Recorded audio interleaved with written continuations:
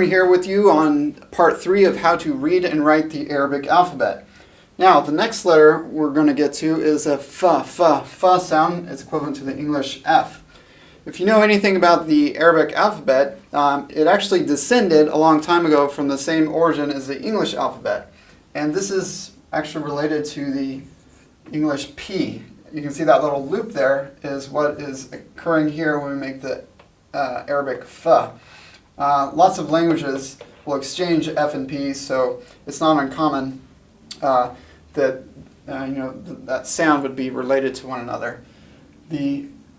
However, the F has a dot above, and that's really important. In the middle of the word, at the end of a word, like so.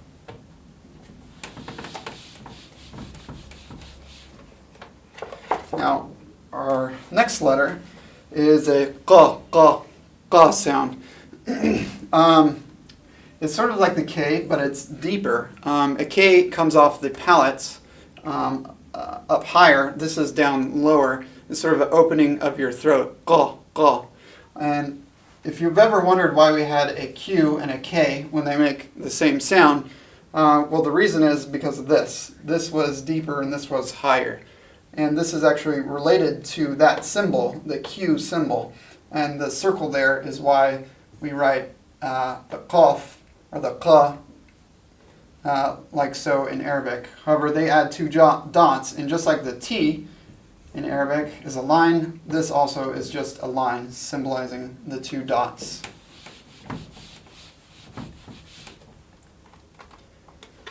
And it's written essentially the same as the F, but with two dots, with that line there. Now, this is equivalent to the English K. When we write this, you have two components. You pick up your pen, you make a little symbol like that in there. This is called a hamza. And when it's by itself or when it ends, you need to include that. When it starts a word, it breaks, like so. And when it's in the middle of the word, like this, you go up and around, and then you pick up your pen and you make that line there to make a K in the middle of a word. At the ends, like this. Some people curl it around like that. I think this is becoming less common, and they'd rather just pick up their pen and write it.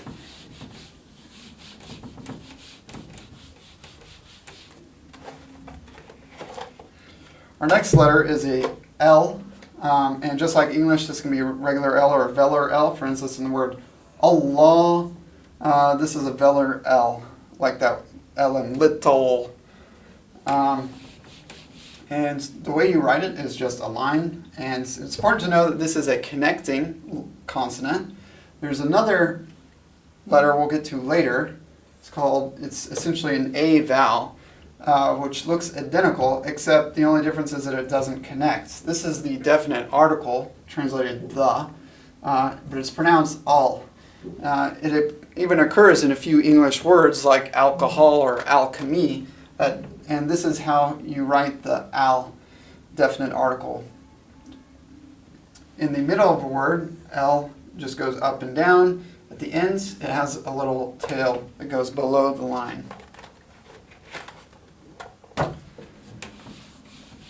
Next we have the ma sound, equivalent to the English M. You write it like so, by itself. Now, the circle at the beginning can go clockwise or counterclockwise. I prefer to go counterclockwise to help distinguish it from the F. But some people write it just like that. And if it has a dot, it's an F. If it doesn't have a dot, it's an M.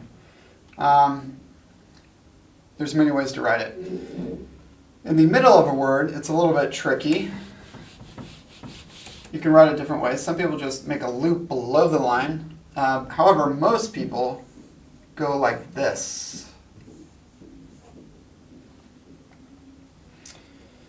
At the end of a word, same type deal, and except it has a tail. Notice that there's a little space there between the end of the circle and the tail. And that's really important that that's there. Arabs would not accept just to go down like that. That would not look pretty.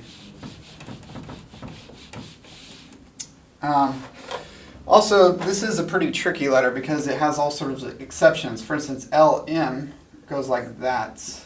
This is L, that L that we just went over, and the M there, which is pretty common. For instance, when you have the L, when you have the definite article, and a word starts with M, that's what you'll see.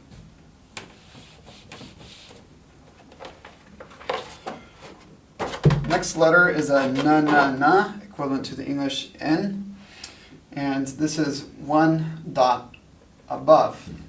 Now, if you remember, we previously talked about dot on bottom, B is for bottom, and then the T looks like the cursive T, but we put the line on top. Now, this is an N on top, and the way to remember that is noggin. Your noggin goes on top. Think of a little man, and that little dot symbolizes his noggin. N for noggin. When you end a word, you make a little loop like so.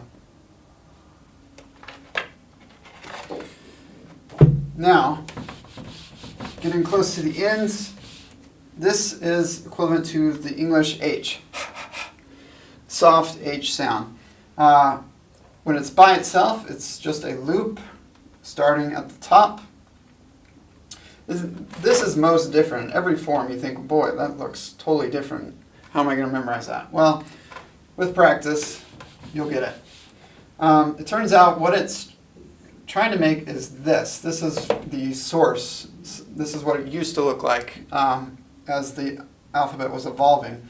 And so what they started to do was to go like that. And that hump is trying to make this right there. But when you start a word, it looks like this. In the middle of the word, it changes pretty radically. Not exactly sure why. Some people sort of make a figure 8. However, most people do not do that. Most people just do a little tick, sort of like a heart monitor, going down. When the ha ends a word, you just go like that. You can curl it around. Some people write it high. Usually it's written sort of on the line. Some people don't curl it around. They just actually curl it the other way. But again, what they're trying to make is that old symbol like so, except they're just going around. As you start reading Arabic, you'll see a lot of words ending with this letter, but with 2 dots. This is called a ta marbuta, and it's how the feminine is marked. Some people teach you that this is a T.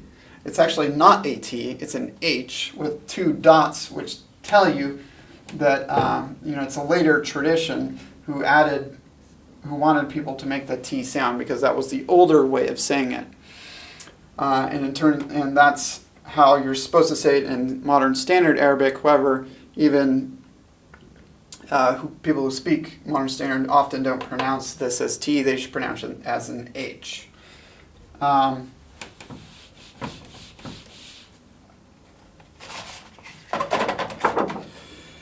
Our next letter is a wa sound. Oops, that needs to go lower, like so. And notice there's only 2 here because this is a non-connecting consonant. If you start a new, if you have another letter, it's going to go like that and it won't connect. Very important, very common letter. It does double duty, as we'll go over later, acting like a vowel sometimes. And our last letter is a ya, like the English Y. Ya. By itself, it looks like this. Again, that line for 2 dots, starting a word like this, middle of a word, and at the end of the word, like this. This is the line. It's going below the line. I don't have any great mnemonic devices for how to remember two dots on bottom is a ya, but as you start reading, you'll see this everywhere because, like the wa sound, it does double duty for a consonant and a vowel. Just like in English, my name is Jeremy and it ends in a Y. But in reality, this is a vowel, Jeremy, and likewise, the acts as a long E sound. All right, that concludes part 3 of reading and writing the Arabic alphabet.